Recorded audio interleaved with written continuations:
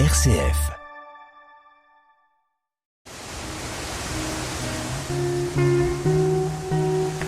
Escapade en Champagne. Un voyage au fil des siècles, des gestes et des savoir-faire.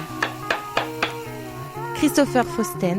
En duplex depuis le Festival de Montier-en-Der, au cœur de cet événement dédié à l'image et à la nature, nous accueillons aujourd'hui un invité dont le travail résonne bien au-delà des frontières, Gilles Aurouf, qui, avec Karine Marchal, expose Les Enfants de la Mer, un projet profondément humain consacré aux Bojolo, ce peuple nomade qui vit littéralement en symbiose avec l'océan.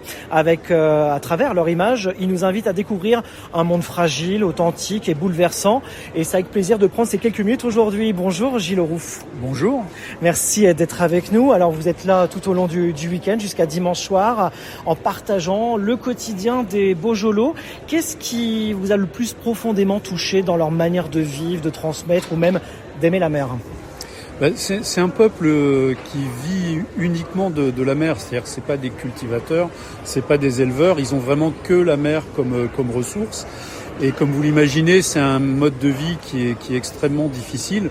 Et moi, ce que je retiens surtout de ma rencontre avec ce peuple, ce sont leurs valeurs qui sont complètement différentes des nôtres.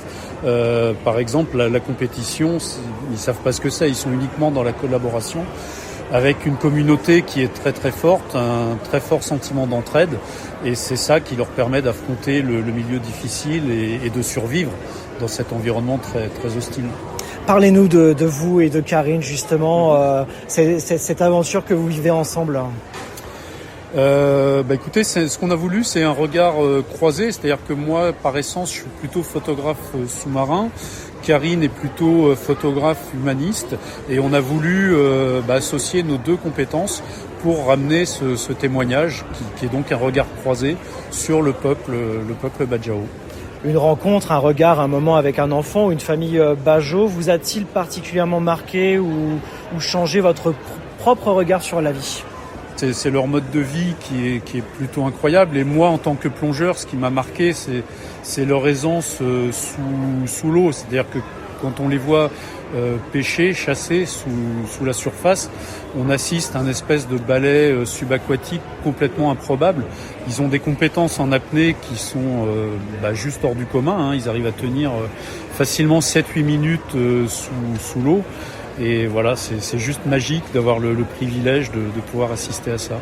Alors vous êtes présent jusqu'à dimanche soir avec plusieurs photographies. Alors vous exposez combien de photos ici au chapiteau ? Alors on précise que le festival de Montier-en-Der, il y a 16 sites regroupés tout au long du week-end, dont le COSEC, qui est l'unité principale, j'ai envie de dire, de ce festival. Et juste à côté, on a le chapiteau où se trouvent Gilles et Karine. Alors parlez-nous un petit peu de votre lieu d'exposition.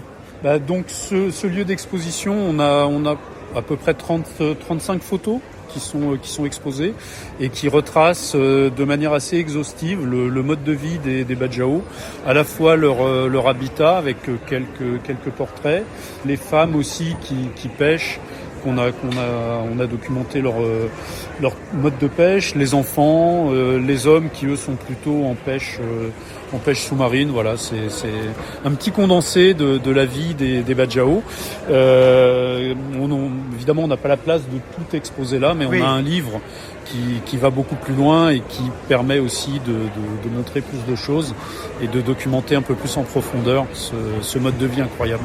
À découvrir ici jusqu'à dimanche soir à Montier-en-Der. Merci Gilles pour votre regard sensible sur ce voyage parmi les Bajolo que vous nous offrez à travers justement cette exposition intitulée Les Enfants de la Mer. Merci beaucoup. Exactement. Merci à vous et avec grand plaisir.